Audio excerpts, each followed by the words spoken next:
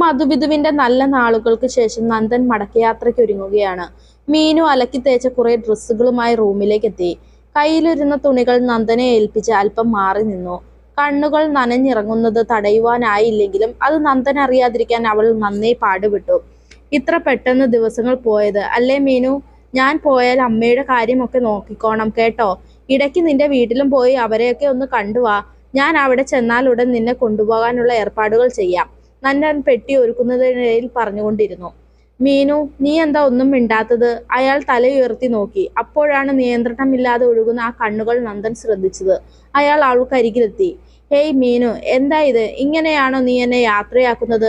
അവൾ തേങ്ങിക്കൊണ്ട് ആ തോളിലേക്ക് ചാഞ്ഞു. നന്ദൻ താൻ അണിയിച്ച മോതിരക്കൈ തന്റെ കയ്യിലെടുത്തു. മൈലാഞ്ചി ചൊമ്പ് ഇനിയും മാഞ്ഞിട്ടില്ല. നന്ദന് വിഷമം തോന്നി. അയാൾ അവളുടെ തല ഉയർത്തിപ്പിടിച്ചു. നിറഞ്ഞ കണ്ണുകൾ തുടച്ചു. നെറുകയിലെ കുങ്കുമം തുടച്ചു വൃത്തിയാക്കി. എന്താ മീനു ഇത്? എനിക്ക് വിഷമമില്ലെന്നാണോ നീ കരുതുന്നത്? പോയല്ലേ പറ്റൂ. എത്രയും പെട്ടെന്ന് ഞാൻ നിന്നെയും കൊണ്ടുപോകും അങ്ങ് കെനിയയിലേക്ക്. അതുവരെ മോളൊന്ന് ക്ഷമിക്ക്. എനിക്കറിയാം നന്ദേട്ടൻ ചുമ്മാ പറയുന്നതാ എന്നെ സമാധാനിപ്പിക്കാൻ. എടി മണ്ടൂസേ, നിന്നെ പിരിഞ്ഞിരിക്കാൻ ഇനി എനിക്ക് ആവില്ല. മീനു, സത്യം? സത്യം. നീ വേഗം ചെന്ന് ബാക്കി സാധനങ്ങൾ കൂടി എടുത്തുകൊണ്ട് വന്നേ. ദേ ഈ രാത്രി കൂടിയേ എനിക്കുള്ളൂ. അത് വെറുതെ ഇങ്ങനെ കരഞ്ഞ് കളയല്ലേ എൻ്റെ പൊന്നു മീനു.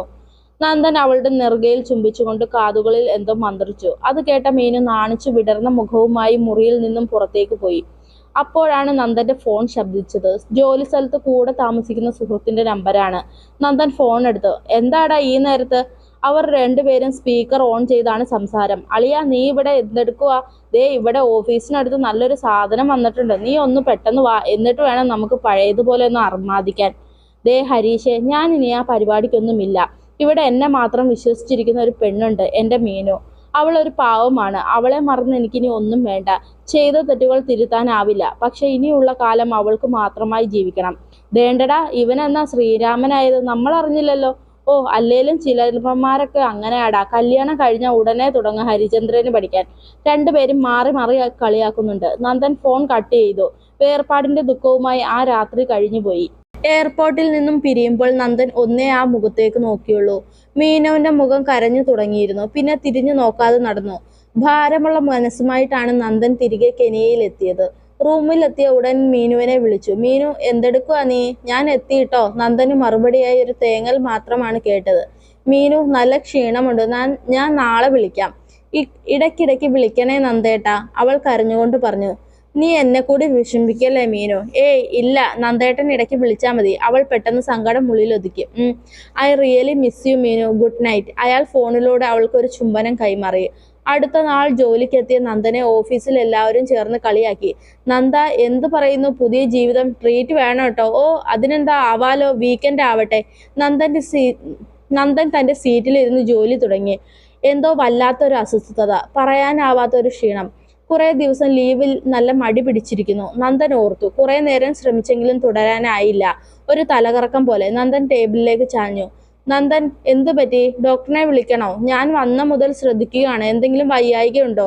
അടുത്ത ടേബിളിലെ സുഹൃത്ത് ഹരീഷ് ചോദിച്ചു. ഏയ് ഒന്നുമില്ല. ഇന്നലെ നാട്ടിൽ നിന്ന് വന്നതല്ലേ ഉള്ളൂ. കാലാവസ്ഥയുടെ മാറ്റമായിരിക്കും. ശരിയാവും. ഓക്കെ. ഹരീഷ് തിരികെ തൻ്റെ ചെയറിലേക്കിരുന്നു. തുടർന്നുള്ള ദിവസങ്ങൾ നന്ദൻ വല്ലാതെ പ്രയാസപ്പെട്ടു. ചെറിയ അസ്വസ്ഥത വിട്ടുമാറാത്ത ചുമയായി മാറി. തുടരെയുള്ള ചുമ കൂടെയുള്ളവരെ വല്ലാതെ വീർപ്പുമുട്ടിക്കുന്നുണ്ടെന്ന് മനസ്സിലാക്കിയ നന്ദൻ അത് മറയ്ക്കാനായി നന്നേ പാടുപെട്ടു. പിന്നീടുള്ള നാളുകൾ നന്ദന് ആകാംക്ഷയും ഭീതിയുമാണ് സമ്മാനിച്ചത്. ദേഹം ശോഷിച്ച പോലൊരു തോന്നൽ. സ്വയം കണ്ണാടിക്ക് മുന്നിൽ പലതവണ തൻ്റെ ആരോഗ്യം വിലയിരുത്തി. പ്രത്യേക കാരണങ്ങളൊന്നും തന്നെ ഇല്ലാതെ ദേഹത്ത് അവിടെവിടെയായി പുണ്ണുകൾ പ്രത്യക്ഷപ്പെടാൻ തുടങ്ങിയപ്പോൾ അതിന്റെ കാരണങ്ങൾ ആലോചിച്ച് തല പുകച്ചു. പുറത്തുനിന്നും കഴിക്കുന്ന ആഹാരത്തിന്റെ സംശയങ്ങൾ ഉടലെടുത്തു. ഹോട്ടലും ഭക്ഷണവും മാറ്റി നോക്കി. സോപ്പുകൾ മാറ്റി ഉപയോഗിച്ചു. ആകാംക്ഷയും ഭയവും ഒരുതരം മാനസിക വിഭ്രാന്തിയിലേക്ക് വഴിമാറി.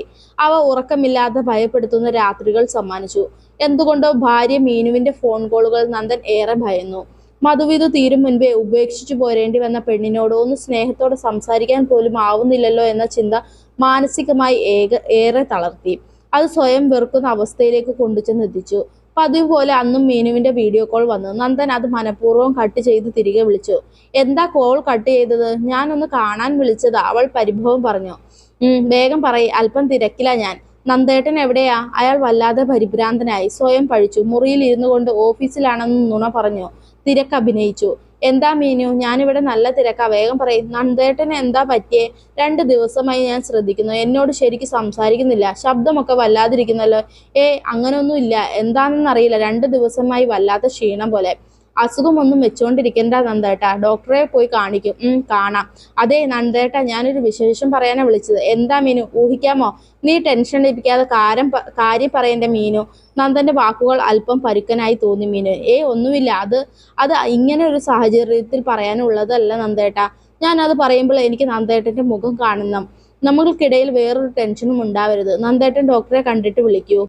നീ ദേഹം നോക്കണം കേട്ടോ, നേരത്തിന് ഭക്ഷണമൊക്കെ കഴിക്കണേ മീനു. നന്ദൻ പതിവ് പോലെ ഫോണിലൂടെ അവൾക്ക് ഒരു ചുംബനം നൽകി. അന്ന് രാത്രി നന്ദന് ഉറങ്ങാൻ കഴിഞ്ഞില്ല. രാവിലെ തന്നെ ഒരു ഡോക്ടറെ കാണിക്കാനുള്ള ഉറച്ച തീരുമാനവുമായി നേരം വെളുപ്പിച്ചു. രാവിലെ തന്നെ നന്ദൻ ഒരുങ്ങിയെത്തിയത് ഒരു ഡോക്ടറുടെ മുന്നിലാണ്. ഡോക്ടർ തന്റെ മുന്നിലിരിക്കുന്ന നന്ദന്റെ വിറയാർന്ന വാക്കുകളെ ശ്രദ്ധയോടെ കേൾക്കുന്നതിനിടയിൽ അയാളുടെ ശരീരത്തിൽ പ്രത്യക്ഷമായ വ്രണങ്ങൾ അദ്ദേഹത്തിന്റെ കണ്ണുകൾ പകർത്തി. പതിയെ ഡോക്ടർ നന്ദനോട് സംസാരിച്ചു തുടങ്ങി. നന്ദൻ, താങ്കൾ എത്ര നാളായി ഇവിടെ? 4 വർഷമായി സാർ. മാരീഡ് ആണ്? Yes, just married. വൈഫ്?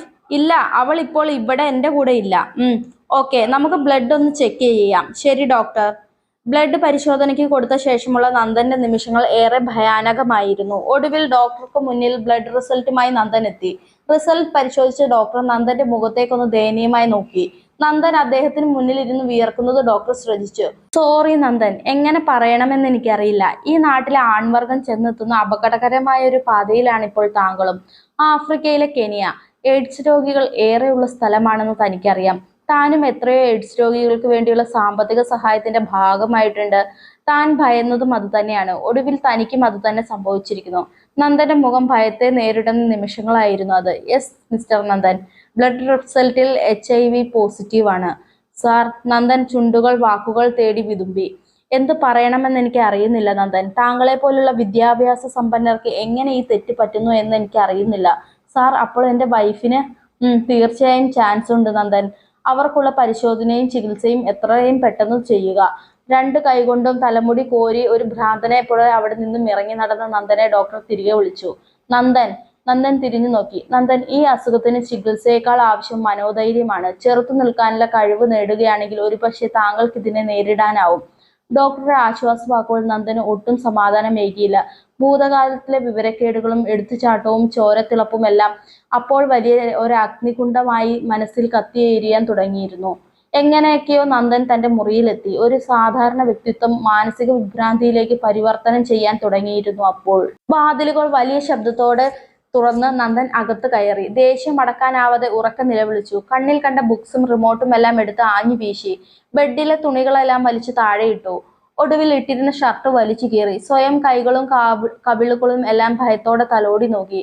തികച്ചും ഒരു ഭ്രാന്തന്റെ അവസ്ഥയിലേക്ക് മാറിയ നന്ദൻ പെട്ടെന്ന് ബാത്റൂമിലേക്ക് കയറി. ഷവറിനടിയിൽ ഏറെ നേരം നനഞ്ഞിരുന്നു.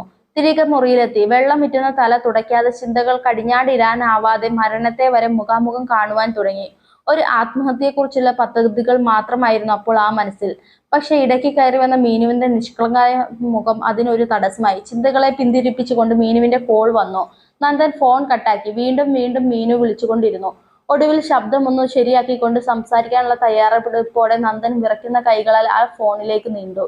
ഏറെ നേരത്തെ ആശയക്കുഴപ്പത്തിനൊടുവിൽ നന്ദൻ കോൾ എടുത്തു. പറയും മീനു. എത്ര നേരമായി നന്ദേട്ട ഞാൻ വിളിക്കുന്നു, എന്താ ഫോൺ എടുക്കാത്തെ? ഡോക്ടർ എന്താ പറഞ്ഞേ? കുഴപ്പമൊന്നുമില്ല മീനു. സത്യം. നീ എന്താ വിശേഷം പറയാനുണ്ടെന്ന് പറഞ്ഞ? വല്ലാത്ത ടെൻഷനിലല്ലായിരുന്നോ നന്ദേട്ടൻ? അതാ അപ്പോൾ പറയാതിരുന്നത്. ഇനി പറയാം.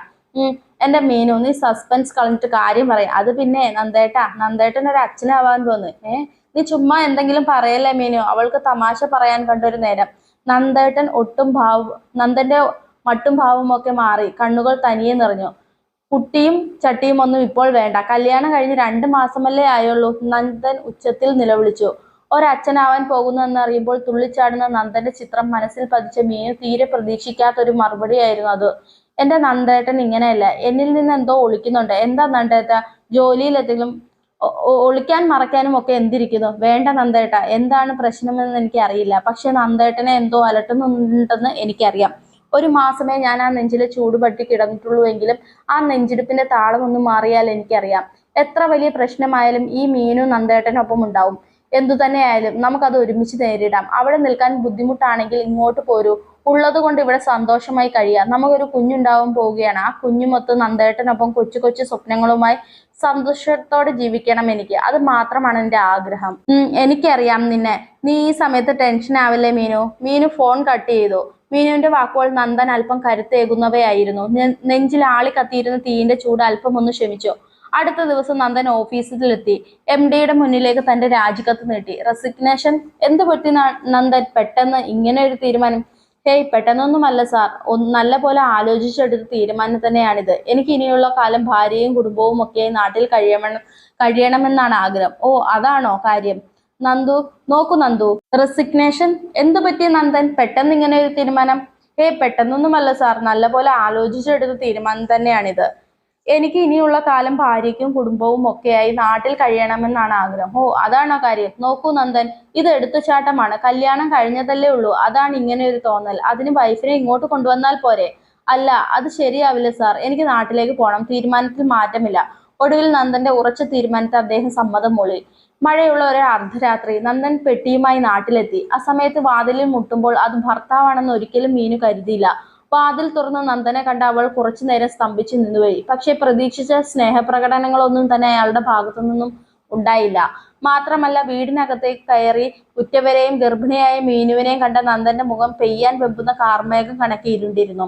പെട്ടെന്നുള്ള വരവും രാത്രിയിൽ കിടപ്പറയിൽ പോലും മുഖം തരാതെയുള്ള സംസാരവും മീനുവിന് ഏറെ സംശയങ്ങൾ ഉണ്ടാക്കി. മഴ മണ്ണിൽ പതിയുന്ന ആ ശബ്ദത്തിന് കാതോർത്ത് അവൾ നേരം വിളിപ്പിച്ചു. താൻ കരുതിയതിനേക്കാളൊക്കെ ഏറെയാണ് നന്ദന്റെ മാനസികാവസ്ഥ എന്ന് അവൾ ഊഹിച്ചു. ഏറെ നാൾ കഴിഞ്ഞെത്തിയ ഭർത്താവിൽ നിന്നുണ്ടായ പെരുമാറ്റം അവളെ വല്ലാതെ വിഷമിപ്പിച്ചു. രാവിലെ ചായക്കപ്പുമായി നന്ദൻ അരികിലെത്തി. ചായ അവിടെ വെച്ചിട്ട് പോയിക്കോളൂ. നന്ദേട്ടൻ പോയ പോലെ അല്ല തിരിച്ചെത്തിയിരിക്കുന്നത്. വരുന്ന വിവരം ഒന്നും പറഞ്ഞ പോലുമില്ല. ഗർഭിണിയാണെന്നറിയുമ്പോൾ ഒരു ഭർത്താവിൽ നിന്നും ലോകത്ത് ഏത് ഭാര്യയും ആഗ്രഹിക്കുന്ന ചില നിമിഷങ്ങൾ ഞാൻ പ്രതീക്ഷിച്ചു. പക്ഷെ അതേക്കുറിച്ച് ഒരു വാക്കുപോലും നന്ദേട്ടൻ എന്നോട് ചോദിച്ചില്ല. എന്തൊക്കെയോ വലിയ പ്രശ്നങ്ങളുണ്ട്. ഞാൻ നന്ദേട്ടന്റെ ഭാര്യയാണ്. എന്തു തന്നെ ആയാലും അതെനിക്ക് അറിയണം. ഈ ടെൻഷൻ ഇനി വയ്യ. ഇത് നമ്മുടെ കുഞ്ഞിനെ കൂടി ബാധിക്കും. അവൾ പൊട്ടിക്കരഞ്ഞു. മിനു, പ്ലീസ് കരയരുത്. നീ ആ വാതിലുകൾ അടയ്ക്ക്. ഞാൻ എല്ലാം പറയാം. എനിക്കും മനസ്സിന്റെ ഭാരം ഒന്നിറക്കണം. മീനു വാതിലുകൾ അടച്ചു താഴിട്ടു. ഇനി പറയൂ, എന്താ നന്ദേട്ടന്റെ പ്രശ്നം? മീനു, അത് നന്ദേട്ട പ്ലീസ്, ഈ നാടകം മതിയാക്കൂ. എനിക്ക് താങ്ങാനാവുന്നതിലും അപ്പുറമാണിത്. ഞാൻ പറഞ്ഞല്ലോ, ഞാൻ ഉണ്ടാവും കൂടെ. എനിക്കെല്ലാം അറിയണം. പറയൂ. ആ മുറിക്കുള്ളിൽ നന്ദൻ മനസ്സ് തുറന്നപ്പോൾ പുറത്തു പെയ്തിരുന്ന രാമഴ പോലെ നന്ദന്റെ മനസ്സും മീനുവിന്റെ മനസ്സിന്റെ മുറ്റത്ത് പെയ്തു തോർന്നു. പെയ്തിറങ്ങിയ വാക്കുകളിൽ തന്റെ താലിയുടെ കെട്ടുറപ്പ് നേർത്തു വരുന്നതായി മീനുവിന് തോന്നി. വെറുപ്പും പുച്ഛവും ദേഷ്യവും നിസ്സഹായതയും ദയയും എല്ലാം ചേർന്ന നവരസങ്ങളുടെ സമ്മേളനമായിരുന്നു അപ്പോൾ മീനുവിന്റെ മനസ്സിൽ. തീരുമാനങ്ങൾ എടുക്കാനാവാതെ കത്തുന്ന കടലിന്റെ നടുവിൽ ഒറ്റയ്ക്കായ പോലൊരു പ്രതീതി. പല വർണ്ണങ്ങളുള്ള സ്വപ്നക്കുമിളകൾ തന്റെ മുന്നിൽ പറന്നു വന്ന് തെറിച്ചുകൊണ്ടിരിക്കുന്നു. ഇടയിൽ എപ്പോഴോ അവൾ അറിയാതെ ഒരു ജീവൻ തുടിക്കുന്ന അടിവയറ്റിൽ തന്റെ കൈകൾ ചെന്നു പതിച്ചു. ആ കണ്ണിൽ നിന്ന് അപ്പോൾ ഒലിച്ചിറങ്ങിയത് രക്തമാണെന്ന് നന്ദന് തോന്നി. ഏറെ നേരത്തെ വൈകാരിക നിമിഷങ്ങൾക്കൊടുവിൽ ആ വാതിലുകൾ തുറന്നു. എന്തു ചെയ്യണമെന്നറിയാതെ അവൾ ആ ജനാലയ്ക്കരികിൽ നിന്ന് ദൂരേക്ക് നോക്കി. രാത്രി മഴ കഴിഞ്ഞ് മങ്ങിയ വെളിച്ചവുമായി എത്തിയ സൂര്യൻ അപ്പോൾ പതിയെ തെളിയാൻ തുടങ്ങിയിരുന്നു. നന്ദൻ പതിയെ എഴുന്നേറ്റ് മീനുവിന്റെ അരികിലെത്തി. മീനു, എന്തെങ്കിലും പറയേ. എന്നെ നിനക്ക് ശിക്ഷിക്കാം. അതെങ്കിലും ചെയ്യൂ. എനിക്ക് ഭ്രാന്ത് പിടിക്കുന്ന പോലുണ്ട്. മീനു ഒന്നും മിണ്ടിയില്ല. അയാൾ അവളുടെ കാലുകളിൽ വീണു കണ്ണുനീർ ആ കാലുകളെ നനയിച്ചു. നന്ദേട്ടൻ എണ്ണീക്കൂ. മീനു തന്റെ കണ്ണുകൾ തുടച്ചു. അല്പം ധൈര്യം സംഭരിച്ച് സംസാരിച്ചു തുടങ്ങി. നമ്മുടെ ഇപ്പോഴുള്ള അവസ്ഥ നമ്മുടെ കുഞ്ഞിനെ ബാധിക്കും. തെറ്റ് പറ്റിപ്പോയി. അത് ഞാൻ ക്ഷമിച്ചില്ലെങ്കിൽ പിന്നെ നന്ദേട്ടന്റെ ഭാര്യ എന്ന പദവിക്ക് ഞാൻ അർഹയല്ല. ദൈവം നമുക്ക് തന്നെ ഈ പരീക്ഷണത്തെ നമുക്ക് സന്തോഷം കൊണ്ട് നേരിടാം. മിച്ചമുള്ള ജീവിതം മറ്റുള്ളവരെ പോലെ തന്നെ നമ്മളും ജീവിക്കും. ഒഴുകുന്ന കണ്ണുകളുമായി നന്ദൻ അവളെ ഇറുക്കി അണച്ചു. അവൾ തന്റെ മനസ്സിൽ മിന്നി മാഞ്ഞുകൊണ്ടിരുന്ന വൈകാരിക വ്യതിയാനങ്ങൾ മിഴികൾക്കുള്ളിൽ ഒതുക്കി ആരും കാണാതെ ആഞ്ഞടച്ചു.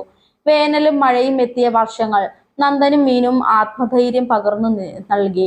വർഷങ്ങളെ അതിജീവിച്ച ദാമ്പത്യത്തിലെ ഒരു നാൾ. മീനു, ഞാൻ റെഡിയായേ.